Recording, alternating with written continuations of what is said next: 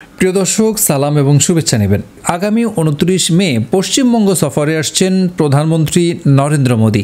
এরপর রাজ্য সফরে আসবেন কেন্দ্রীয় স্বরাষ্ট্রমন্ত্রী অমিত শাহ। সরকারি কর্মসূচির অংশ হলেও এই সফরের রাজনৈতিক তাৎপর্য রয়েছে বলে মনে করছেন বিশ্লেষকরা। কাশ্মীরের পেহেলগাম ঘটনার পর পাকিস্তানে চালানো অভিযানের জবাবে পাল্টা হামলার মুখোমুখি হয় ভারত। এসব মিলিয়ে উত্তপ্ত রাজনৈতিক অঙ্গন। এদিকে পশ্চিমবঙ্গের বিধানসভার নির্বাচন আগামী বছর। জাতীয় ও আন্তর্জাতিক পর্যায়ের নানা সমীকরণ বিবেচনায় পশ্চিমবঙ্গে প্রধানমন্ত্রী ও স্বরাষ্ট্রমন্ত্রীর সফর নিয়ে চলছে বিস্তর আলোচনা। 29 মে দুপুর 12টায় আলিপুরদুয়ার প্যারেড গ্রাউন্ডে এক কর্মসূচিতে যোগ দেবেন মোদী। প্রধানমন্ত্রীর কর্মসূচিতে রয়েছে উত্তরবঙ্গের হাসিমারা বায়ুসেনা ছাউনির কাছে, শিলিগুড়ি লাগোয়া চিকেন স্নেক ও উত্তর পূর্বাঞ্চলের সেভেন সিস্টার্সের ক্ষেত্রে পূর্ব সীমান্তের নিরাপত্তা খুবই গুরুত্বপূর্ণ। সরকারি কর্মসূচিতে অংশ নেওয়ার পাশাপাশি মোদী রাজনৈতিক সভা করতে চলেছেন। গত মঙ্গলবার দুপুরে আলিপুরদুয়ার প্যারেড গ্রাউন্ডে হাজির হন এক ঝাঁক বিজেপি নেতা। তারা মাঠ ঘুরে দেখার পরে শুরু হয় জল্পনা। 2016 সালের পর ফের একবার প্রধানমন্ত্রীর আগমন ঘিরে সাধারণ মানুষ উচ্ছ্বসিত।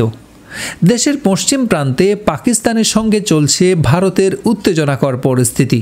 সেই পরিস্থিতি সামলাতে কঠোর ছিল মোদী সরকার। এদিকে পূর্ব দিকের প্রতিবেশী বাংলাদেশে ক্ষমতার হাতবদল হয়েছে। বাংলাদেশের নতুন সরকারের সাথেও মোদীর প্রশাসনের কূটনৈতিক সম্পর্ক এখনও স্বাভাবিক হয়নি। তাই এই সীমান্ত নিয়ে মোদী কী বার্তা দেন সেদিকেও নজর রয়েছে সবার। তবে শুধু আন্তর্জাতিক পরিস্থিতির পরিপ্রেক্ষিতে নয়, স্থানীয় রাজনীতির ক্ষেত্রে নরেন্দ্র মোদী এবং অমিত শাহের এই সংক্ষিপ্ত সফর গুরুত্বপূর্ণ। উত্তরবঙ্গ বিজেপির শক্ত ঘাঁটি হলেও সেখানে কিছুটা জমি পুনরুদ্ধার করেছে তৃণমূল। কিছুদিন আগেই টিগ্গার ছেড়ে যাওয়া আসন মাদারিহাটে উপনির্বাচনে বিজেপির ঘাঁটি দখল করেছে রাজ্যের শাসক দল।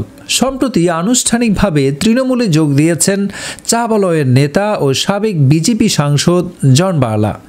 প্রধানমন্ত্রীকে সামনে রেখে এই ক্ষতির মোকাবিলা করতে চাইছে বিজেপি, যাতে আর জমি তারা না হারায়, এমনটাই মত রাজনৈতিক পর্যবেক্ষকদের। অন্যদিকে উত্তরবঙ্গে মোদীর সফরের পরেই আগামী 31 মে রাজ্যটিতে আসার কথা কেন্দ্রীয় স্বরাষ্ট্রমন্ত্রী অমিত শাহের। তার সফরের মূল লক্ষ্য সরকারি কর্মসূচিতে অংশগ্রহণ। 1 জুন হুগলির আরামবাগে একটি সমবায় সংক্রান্ত অনুষ্ঠান রয়েছে, অন্যটি স্বরাষ্ট্র মন্ত্রকের কর্মসূচি। বিজেপি সংগঠনের শীর্ষ নেতা অমিত শাহ দলীয় নেতাদের সঙ্গে কথা বলতে পারেন। কলকাতার নিউ টাউনের হোটেলে রাজ্য বিজেপির নেতাদের নিয়ে বৈঠকের সম্ভাবনা রয়েছে তার। যেহেতু আগামী বছরের এই সময়ে পশ্চিমবঙ্গ বিধানসভার নির্বাচন হওয়ার কথা, তার আগে সামরিক বাহিনীর পরাক্রমকে রাজনৈতিক প্রচারের হাতিয়ার করতে চাইছে বিজেপি। অনেকেই এমনটাই মনে করছেন, যদিও তৃণমূল তাকে আক্রমণ করতে ছাড়ছে না। তৃণমূল নেতা কুণাল ঘোষ বলেন, ভোট এলেই তারা একটু বেশি আসেন, রাজনৈতিক পর্যটকের ভূমিকা নেন। সিপিএম রাজ্য সম্পাদক মোহাম্মদ সেলিমের কটাক্ষ, বিহারে যখন প্রধানমন্ত্রী গেলেন তখন সর্বদলীয় বৈঠক করলেন না, সীমান্তে গেলেন না, পেহেলগামে নিহতদের পরিবারের সঙ্গেও দেখা করলেন না। এসব দেখে বোঝা যায় এদের কাছে ভোটই বড়।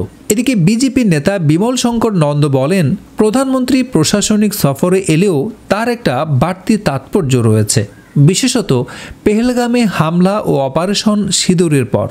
বিজেপির এই 2 নেতা নিজেদের ভোটের বাক্স সমৃদ্ধ করতে দলটির পক্ষে তুরুপে তাস হয়ে কাজ করছেন বলে মনে করেন সংশ্লিষ্টরা। তাদের এই সফর বিধানসভার নির্বাচনের আগে নিজেদের পাল্লা ভারী করার চেষ্টার অংশ হতে পারে বলে মনে করেন অনেকে। সাংবাদিক সুমন ভট্টাচার্য বলেছেন, মোদী এখনও বিজেপির জন্য সেরা ভোট ক্যাচার। অপারেশন সিঁদুরের পরে তাকে আরও বেশি তুলে ধরার চেষ্টা করা হচ্ছে। তবে সফরটিকে পুরোপুরি রাজনৈতিক বলতে নারাজ সাংবাদিক দীপেন্দ্র রায় চৌধুরী। তিনি বলেছেন, প্রধানমন্ত্রীর সফরসূচি অনেক আগে থেকেই নির্ধারিত হয়ে আছে। এই সফরের সঙ্গে অপারেশন সিঁদুরের সম্পর্ক নেই। আর এ ধরনের সফর মানে যে রাজনৈতিক প্রচার করতে আসা, সেটাও সবসময় ভাবা ঠিক নয়।